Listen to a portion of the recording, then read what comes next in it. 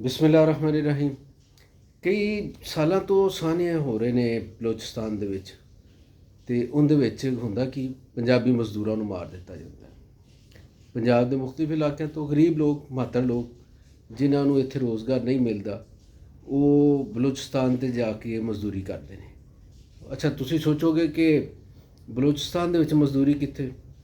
ਅਤੇ ਯਾਦ ਰੱਖੋ ਕਿ ਪਿਛਲੇ ਕੁਝ ਸਾਲਾਂ ਤੋਂ CPEC ਮਨਸੂਬੇ ਬਲੋਚਿਸਤਾਨ 'ਤੇ ਉਹਨਾਂ 'ਤੇ ਕੰਮ ਹੋ ਰਿਹਾ, ਅਤੇ ਉਹ ਮਨਸੂਬਿਆਂ ਦੇ ਵਿੱਚ ਜਿਹੜੀ ਲੇਬਰ ਫੋਰਸ ਹੈ ਉਹ ਮੁਕਾਮੀ ਤਾਂ ਬਹੁਤ ਘੱਟ ਲੋਕ ਨੇ। ਸੋ ਇਹ ਵੇ ਕਿ ਹੁਨਰਮੰਦਾਂ ਦੀ ਸ਼ਕਲ ਦੇ ਵਿੱਚ ਮਿਸਤਰੀਆਂ, ਰਾਜਾਂ ਅਤੇ ਤਗਾਰੀਆਂ ਚੁੱਕਣ ਵਾਲੇ ਜਿਹੜੇ ਮਜ਼ਦੂਰ ਨੇ, ਉਹ ਫਿਰ ਪੰਜਾਬ ਤੋਂ ਜਾਂਦੇ ਨੇ। ਅਤੇ ਇਹ ਲੋਕ ਜਦੋਂ ਉੱਥੇ ਕੰਮ ਕਰਦੇ ਨੇ ਅਤੇ ਪਹਿਲੇ ਤਾਂ ਬੜੀ ਇਹਤਿਆਤ ਔਰ ਹਿਫਾਜ਼ਤ ਦੇ ਵਿੱਚ ਰਹਿੰਦੇ ਨੇ, ਅਤੇ ਜੇ ਕਿਤੇ ਇਹਨਾਂ ਕੋਲ ਵੀ ਥੋੜ੍ਹੀ ਜਿਹੀ ਲਾਪਰਵਾਹੀ ਹੋ ਜਾਵੇ, ਬਾਹਰ ਨਿਕਲ ਆਉਣ, ਮਿਲਣ ਗਿਲਣ ਦੀ ਕੋਸ਼ਿਸ਼ ਕਰਨ ਲੋਕਾਂ ਨਾਲ, ਅਤੇ ਇਹਨਾਂ ਦੀ ਜ਼ਿੰਦਗੀ ਜਿਹੜੀ ਹੈ ਖਤਰੇ 'ਚ ਪੈ ਜਾਂਦੀ।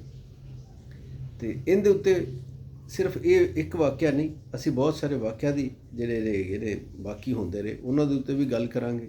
ਇਹ ਵੀ ਗੱਲ ਕਰਾਂਗੇ ਕਿ ਇਹਨਾਂ ਹਮਲਿਆਂ ਦੇ ਵਿੱਚ ਮੁਲਵਸ ਕੌਣ ਹੁੰਦਾ, ਔਰ ਫਿਰ ਇਹਦੇ ਵਿੱਚ ਜਿਹੜੇ ਕਾਨੂੰਨ ਨਾਫਜ਼ ਕਰਨ ਵਾਲੇ ਇਦਾਰੇ ਨੇ ਉਹਨਾਂ ਦਾ ਕਿਰਦਾਰ ਕੀ, ਉਹ ਕਿਉਂ ਬੇਬਸ ਨੇ। ਅਤੇ ਇਹਨਾਂ ਸਾਰੀਆਂ ਗੱਲਾਂ ਦੇ ਵਿੱਚ ਆਖਰ ਆ ਕੇ ਕੋਈ ਨਤੀਜਾ ਵੀ ਕੱਢਣ ਦੀ ਕੋਸ਼ਿਸ਼ ਕਰਾਂਗੇ। ਅਤੇ ਵਾਕਿਆ ਇੰਝ ਹੋਇਆ ਕਿ ਖਾਨੇਵਾਲ ਦੇ ਇਲਾਕੇ ਦੇ ਵਿੱਚੋਂ ਇੱਕ ਹੀ ਖਾਨਦਾਨ ਦੇ ਕੁਝ ਲੋਕ ਗਏ, ਉਹ ਉੱਥੇ ਮਜ਼ਦੂਰੀ ਕਰਨ ਡਏ ਸਨ। ਹਜਾਮ ਦੀ ਦੁਕਾਨ ਸੀ ਜਾਂ ਦੁਕਾਨਾਂ ਸਨ, ਉੱਥੇ ਉਹ ਕੰਮ ਕਰਦੇ ਸਨ। ਅਤੇ ਜਨਾਬ ਹੋਇਆ ਹੈ ਕਿ ਆਪਣੇ ਕੁਆਟਰ 'ਚ ਸੁੱਤੇ ਸਨ, ਜਿਹੜਾ ਰਿਹਾਇਸ਼ੀ ਕੁਆਟਰ ਸਨ, ਅਤੇ ਹਮਲਾਵਰ ਆਏ, ਕੁਆਟਰ ਦੇ ਵਿੱਚ ਆਏ, ਅਤੇ ਉਹਨਾਂ ਨੇ ਉੱਥੇ ਗੋਲੀਆਂ ਬਰਸਾਤੀਆਂ। ਉਹਨਾਂ ਗੋਲੀਆਂ ਨਾਲ 7 ਬੰਦੇ ਜਿਹੜੇ ਨੇ ਉਹ ਤਾਂ ਫੌਰੀ ਤੌਰ 'ਤੇ ਮਰ ਗਏ। ਇੱਕ ਬੰਦਾ ਕਈ ਘੰਟਿਆਂ ਤੋਂ ਬਾਅਦ ਹਸਪੀਟਲ ਦੇ ਵਿੱਚ ਮੌਤ ਉਹਨੂੰ ਆਈ, ਅਤੇ 5-6 ਬੰਦੇ ਜਿਹੜੇ ਨੇ ਉਹ ਜ਼ਖਮੀ ਵੀ ਨੇ। ਇਹ ਵਾਕਿਆ ਇਕੱਲਾ ਨਹੀਂ ਹੈਗਾ। ਪਿਛਲੇ ਮਹੀਨੇ ਅਪ੍ਰੈਲ ਦੇ ਵਿੱਚ 13 ਅਪ੍ਰੈਲ ਨੂੰ ਇੱਕ ਵਾਕਿਆ ਇੰਝ ਹੋਇਆ ਕਿ ਨੋਸ਼ਕੀ ਦਾ ਜਿਹੜਾ ਇਲਾਕਾ ਬਲੋਚਿਸਤਾਨ ਦੇ ਵਿੱਚ, ਉੱਥੇ ਬੱਸ ਜਾ ਰਹੀ ਸੀ, ਔਰ ਜਿਹੜੇ ਦਹਿਸ਼ਤਗਰਦ ਨੇ ਉਹਨਾਂ ਨੇ ਉਹ ਬੱਸ ਨੂੰ ਰੁਕਵਾਇਆ, ਔਰ ਫਿਰ ਲੋਕਾਂ ਨੂੰ ਕਿਹਾ ਕਿ ਆਪਣੇ ਸ਼ਨਾਖਤੀ ਕਾਰਡ ਕੱਢੋ। ਲੋਕਾਂ ਸ਼ਨਾਖਤੀ ਕਾਰਡ ਕੱਢੇ। ਉਹਨਾਂ ਨੇ ਉਹ ਸਾਰੇ ਬੰਦੇ ਜਿਨ੍ਹਾਂ ਦੇ ਸ਼ਨਾਖਤੀ ਕਾਰਡ ਦੇ ਉੱਤੇ ਪੰਜਾਬ ਦਾ ਇਲਾਕਾ ਸੀ, ਉਹਨਾਂ ਨੂੰ ਗੱਡੀਆਂ ਬਾਹਰ ਕੱਢ ਕੇ ਮਾਰ ਦਿੱਤਾ। 13 ਬੰਦੇ ਮਾਰੇ, ਔਰ ਉਹ ਮਰਨ ਵਾਲੇ ਜਿਹੜੇ ਸਨ ਵਜ਼ੀਰਾਬਾਦ, ਗੁਜਰਾਂਵਾਲਾ, ਮੰਡੀ ਬਾਉਦੀਨ, ਇਹਨਾਂ ਇਲਾਕਿਆਂ ਨਾਲ ਉਹਨਾਂ ਦਾ ਤਲਕ ਸੀ। ਔਰ ਦੱਸਿਆ ਇਹ ਜਾ ਰਿਹਾ ਸੀ ਕਿ ਉਹ ਇੱਥੋਂ ਜਾਣਾ ਸੀ ਉਹਨਾਂ ਨੇ ਈਰਾਨ, ਅਤੇ ਈਰਾਨ ਤੋਂ ਫਿਰ ਤੁਰਕੀ ਵਗੈਰਾ ਜਾ ਕੇ ਅਤੇ ਅੱਗੇ ਉਹ ਯੂਰਪ ਜਾਣਾ ਚਾਹੁੰਦੇ ਸਨ। ਇਸ ਤਰ੍ਹਾਂ ਦੀ ਗੱਲ ਸੀ, ਯਾਨੀ ਉਹ ਮਜ਼ਦੂਰ ਨਹੀਂ ਸਨ, ਸਿਰਫ ਪੰਜਾਬੀ ਹੋਣ ਦੀ ਵਜ੍ਹਾ ਨਾਲ ਉੱਥੇ ਮਾਰੇ ਗਏ। ਫਿਰ ਅਸੀਂ ਇਹ ਵੀ ਵੇਖਦੇ ਹਾਂ ਕਿ ਉਸ ਤੋਂ ਬਾਅਦ ਹੀ ਵਾਕਿਆ ਹੋਏ ਗੁਜ਼ਸ਼ਤਾ ਸਾਲ ਅਕਤੂਬਰ ਦੇ ਵਿੱਚ ਜ਼ਿਲ੍ਹਾ ਕੇਜ ਦਾ ਜਿਹੜਾ ਇਲਾਕਾ ਤੁਰਬਤ, ਉੱਥੇ 6 ਪੰਜਾਬੀ ਮਜ਼ਦੂਰ ਜਿਹੜੇ ਸਨ ਉਹਨਾਂ ਨੂੰ ਕਤਲ ਕੀਤਾ ਗਿਆ।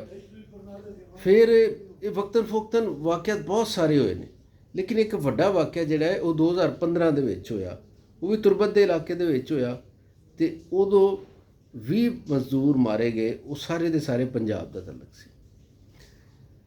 ਹੁਣ ਪੰਜਾਬ ਔਰ ਬਲੂਚਿਸਤਾਨ ਜਾਂ ਬਲੋਚਾਂ ਦੇ ਤਲਕਾਤ ਦੀ ਗੱਲ ਕਰੀਏ ਤਾਂ ਤਾਰੀਖੀ ਤੌਰ 'ਤੇ ਤਾਂ ਉਹ ਬੜੇ ਚੰਗੇ ਰਹੇ ਨੇ। ਇੱਥੇ ਸਾਡੇ ਲਾਹੌਰ ਦੇ ਇਰਦ ਗਿਰਦ, ਅਤੇ ਖ਼ਾਸ ਤੌਰ 'ਤੇ ਜ਼ਿਲ੍ਹਾ ਉਕਾੜਾ ਜਿਹੜਾ ਹੈ, ਉੱਥੇ ਕਈ ਦਰਜਨ ਪਿੰਡ ਨੇ ਬਲੋਚਾਂ ਦੇ। ਮੀਰ ਚਾਕਰ ਖਾਨ ਰਿੰਦ ਜਿਹੜੇ ਬਲੋਚਾਂ ਦੇ ਬਹੁਤ ਵੱਡੇ ਸਰਦਾਰ ਹੁਕਮਰਾਨ ਹੋਏ ਨੇ, ਉਹਨਾਂ ਦਾ ਜਿਹੜਾ ਮਕਬਰਾ ਹੈ ਉਹ ਸਤਘਰਾ ਉਕਾੜਾ ਦੇ ਵਿੱਚ। ਅਤੇ ਇਹ ਜਿਹੜੇ ਇੱਥੇ ਬਲੋਚ ਹੈਗੇ ਨੇ ਪੰਜਾਬ ਦੇ ਵਿੱਚ ਜਾਂ ਉਕਾੜਾ ਦੇ ਵਿੱਚ, ਉਹ ਹੁਣ ਇੰਝ ਹੀ ਨੇ ਜਿਵੇਂ ਪੰਜਾਬੀ ਨੇ। ਉਹਨਾਂ ਦਾ ਰਹਿਣ ਸਹਿਣ, ਜ਼ੁਬਾਨ, ਸਾਰਾ ਕੁਛ ਪੰਜਾਬੀ। ਨਸਲਨ ਉਹ ਆਪਣੇ ਆਪ ਨੂੰ ਬਲੋਚ ਕਹਿੰਦੇ ਨੇ, ਔਰ ਮਕਾਮੀ ਆਬਾਦੀ ਨੇ ਵੀ ਉਹਨਾਂ ਨੂੰ ਕਬੂਲ ਕੀਤਾ, ਅਤੇ ਉਹਨਾਂ ਨੇ ਵੀ ਮਕਾਮੀ ਆਬਾਦੀ ਨੂੰ ਕਬੂਲ ਕੀਤਾ। ਰਿਸ਼ਤੇਦਾਰੀਆਂ ਨੇ ਉਹਨਾਂ ਦੇ, ਮਿਲਣ ਗਿਲਣ ਸਾਰਾ ਕੁਛ ਹੈਗਾ, ਔਰ ਕਦੀ ਕੋਈ ਮਸਲਾ ਨਹੀਂ ਹੋਇਆ।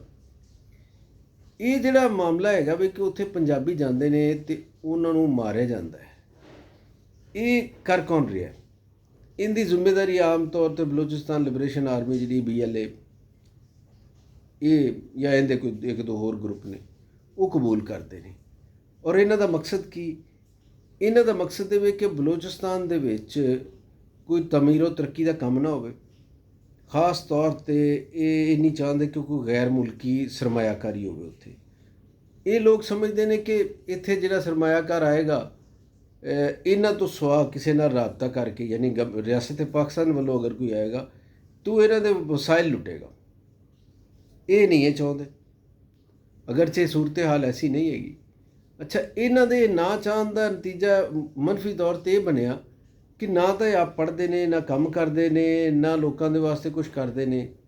ਅਤੇ ਜਨਾਬ ਉੱਥੇ ਜੇ ਕੋਈ ਡਾਕਟਰ ਚਲਾ ਜਾਂਦਾ ਹੈ ਪੰਜਾਬ ਦਾ ਹਿੰਮਤ ਕਰਕੇ ਖਿਦਮਤ ਦੇ ਜਜ਼ਬੇ 'ਚ, ਤਾਂ ਡਾਕਟਰ ਨੂੰ ਮਾਰ ਦਿੰਦੇ ਨੇ।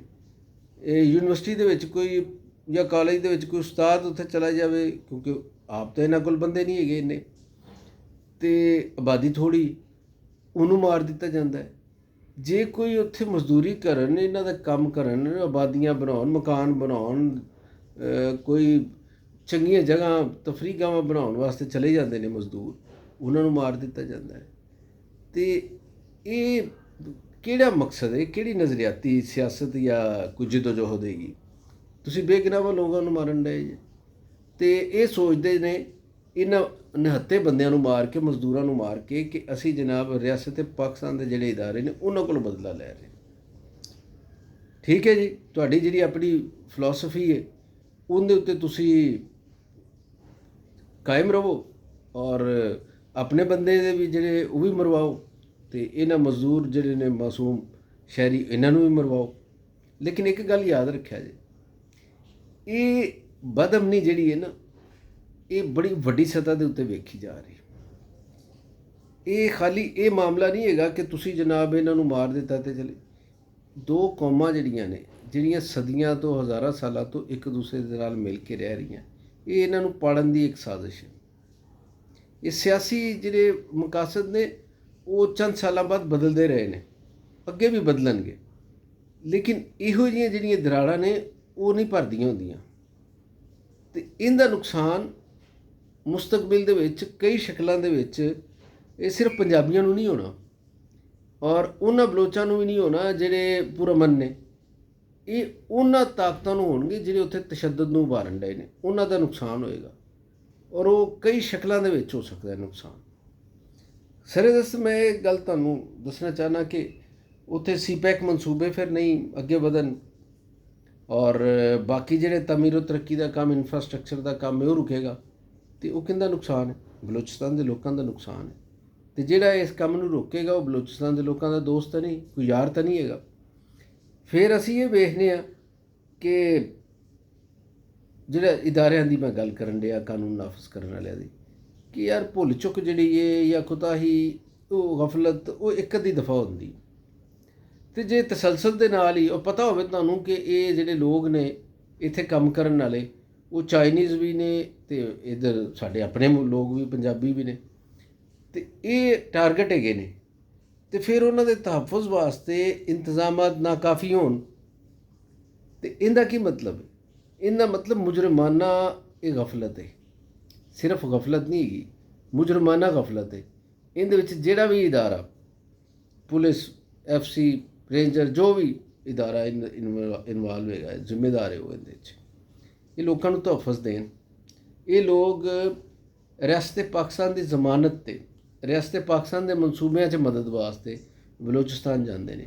ਉਹ ਸਮਾਜੀ ਸਤ੍ਹਾ ਦੇ ਉੱਤੇ ਵੀ ਯਕਜਹਿਤੀ ਵਾਸਤੇ ਉੱਥੇ ਜਾ ਰਹੇ ਨੇ, ਅਤੇ ਇਹਨਾਂ ਲੋਕਾਂ ਦਾ ਤਹਫੁਜ਼ ਜਿਹੜਾ ਹੈ ਉਹ ਰਿਆਸਤ ਦੀ ਜ਼ਿੰਮੇਦਾਰੀ ਹੈਗੀ ਸੀ। ਫਿਰ ਇਹਦੇ ਵਿੱਚ ਹੋਰ ਜਿਹੜੀਆਂ ਚੀਜ਼ਾਂ ਆ ਰਹੀਆਂ ਕਿ ਜਨਾਬ ਇਹ ਜਿਹੜੇ ਮਜ਼ਦੂਰ ਨੇ, ਇਹਨਾਂ ਦੇ ਖਾਨਦਾਨਾਂ ਦੇ ਉੱਤੇ ਕੀ ਬੀਤੇਗੀ, ਜਿਹੜੀ ਸਰਮਾਇਆਕਾਰੀ ਬਲੋਚਿਸਤਾਨ ਦੇ ਵਿੱਚ ਉਹ ਕਿਸ ਤਰ੍ਹਾਂ ਇਹਦੇ 'ਤੇ ਅਸਰਅੰਦਾਜ਼ ਹੋਵੇਗੀ। ਔਰ ਫਿਰ ਇਹ ਵੇ ਕਿ ਕਾਨੂੰਨ ਜਿਹੜਾ ਅਸੀਂ ਵੇਖਣ ਡਿਆ ਕਿ ਉਹਦੇ ਅਸੀਂ ਸੁਣਦੇ ਸਨ ਕਿ ਹੱਥ ਕਾਨੂੰਨ ਦੇ ਲੰਮੇ ਨੇ, ਅਤੇ ਬਲੋਚਿਸਤਾਨ 'ਚ ਸਾਨੂੰ ਇੰਝ ਲੱਗਣ ਡਿਆ ਕਿ ਕਾਨੂੰਨ ਦੇ ਹੱਥ ਜਿਹੜੇ ਨੇ ਨਾ ਲੰਮੇ, ਉਹ ਕਲਮ ਹੋ ਗਏ ਨੇ ਜਾਂ ਕਿਸੇ ਨੇ ਕਲਮ ਕਰ ਦਿੱਤੇ ਨੇ, ਉਹ ਰਹੇ ਹੀ ਨਹੀਂ। ਅਤੇ ਇਸੇ ਵਾਸਤੇ ਤਾਂ ਹਰ ਮਹੀਨੇ ਜਾਂ 2 ਹਫ਼ਤੇ ਬਾਅਦ ਉੱਥੇ ਪੰਜਾਬੀਆਂ ਨੂੰ ਕਤਲ ਕੀਤਾ ਜਾ ਰਿਹਾ। ਲਸਾਨੀ ਨਸਲੀ ਤੌਰ 'ਤੇ ਗੱਲ ਕਰਨਾ ਮੈਨੂੰ ਚੰਗਾ ਨਹੀਂ ਲੱਗਦਾ, ਲੇਕਿਨ ਮੈਂ ਕੀ ਕਰਾਂ ਕਿ ਜਦੋਂ ਇੱਥੇ ਪੰਜਾਬ ਦੇ ਲੋਕ ਜਿਹੜੇ ਨੇ ਉਹ ਖੈਰ ਸਗਾਲੀ ਦੇ ਜਜ਼ਬਾ ਲੈ ਕੇ ਪੂਰੇ ਮੁਲਕ ਦੇ ਵਿੱਚ ਘੁੰਮਦੇ ਨੇ, ਅਤੇ ਉਹਨਾਂ ਨੂੰ ਗਾਲਾਂ ਵੀ ਕੱਢੀਆਂ ਜਾਂਦੀਆਂ ਨੇ, ਪੂਰੇ ਮੁਲਕ ਦੇ ਵਿੱਚ ਬੁਰਾ ਭਲਾ ਵੀ ਕਿਹਾ ਜਾਂਦਾ ਹੈ, ਗਾਸਬ ਵੀ ਕਿਹਾ ਜਾਂਦਾ ਹੈ, ਔਰ ਸਟੈਬਲਿਸ਼ਮੈਂਟ ਕਿਹਾ ਜਾਂਦਾ ਹੈ, ਕਈ ਰੰਗ ਦੇ ਵਿੱਚ ਉਹਨਾਂ ਦੇ ਉੱਤੇ ਇਤਰਾਜ਼ਾਤ ਕੀਤੇ ਜਾਂਦੇ ਨੇ, ਤਨਕੀਦ ਕੀਤੀ ਜਾਂਦੀ, ਬੁਰਾ ਭਲਾ ਕਿਹਾ ਜਾਂਦਾ ਹੈ, ਅਤੇ ਸਭ ਨਾਲੋਂ ਜ਼ਿਆਦਾ ਕੁਰਬਾਨੀਆਂ ਵੀ ਇਹ ਦੇ ਰਹੇ ਨੇ। ਇੱਥੇ ਜਿਹੜੇ ਲੋਕ ਆਉਂਦੇ ਨੇ, ਕਦੀ ਨਹੀਂ ਕਿਸੇ ਨੇ ਪੁੱਛਿਆ ਕਿ ਉਹ ਮੁਲਕ ਦੇ ਕਿਹੜੇ ਹਿੱਸੇ 'ਚੋਂ ਆਇਆ, ਸਾਰੇ ਆ ਕੇ ਇੱਥੇ ਕਾਰੋਬਾਰ ਕਰਦੇ ਨੇ। ਈਵਨ ਕਿ ਅਫਗਾਨ ਆ ਕੇ ਸਦੀਆਂ ਤੋਂ ਇੱਥੇ ਕਰਨ ਡਏ ਨੇ, ਹੁਣ ਵੀ ਆ ਜਾਂਦੇ ਨੇ, ਇੱਥੇ ਕੰਮ ਕਰਦੇ ਨੇ, ਕਦੀ ਨਹੀਂ ਪੁੱਛਦਾ, ਕਿਸੇ ਨੇ ਇਤਰਾਜ਼ ਨਹੀਂ ਕੀਤਾ, ਕਿਸੇ ਦੀ ਜਾਨ ਦਾ ਜਿਹੜਾ ਹੈ ਉਹਨੂੰ ਖਤਰਾ ਨਹੀਂ ਹੋਇਆ। ਫਿਰ ਇਹ ਕੀ ਗੱਲ ਹੈ ਕਿ ਪੰਜਾਬੀ ਦੀ ਜਾਨ ਨੂੰ ਕਿਉਂ? ਇਹ ਸਵਾਲ ਹੈ। ਇਹ ਸਵਾਲ ਮੈਂ ਤੁਹਾਡੇ ਵਾਸਤੇ ਵੀ ਛੱਡ ਜਾਂਦਾ, ਅਤੇ ਸਬਸਕ੍ਰਾਈਬ ਕਰਦੇ ਰਹੋ, ਲਾ ਲਿਓ, ਅਤੇ ਅਸੀਂ ਫਿਰ ਇਨਸ਼ਾਅੱਲਾ ਅਗਲੇ ਵੀਲੌਗ ਦੇ ਨਾਲ ਖਿਦਮਤ 'ਚ ਹਾਜ਼ਰ ਹੋਵਾਂਗੇ। ਇਜਾਜ਼ਤ ਦਿਓ, ਰੱਬ ਰੱਖਾ।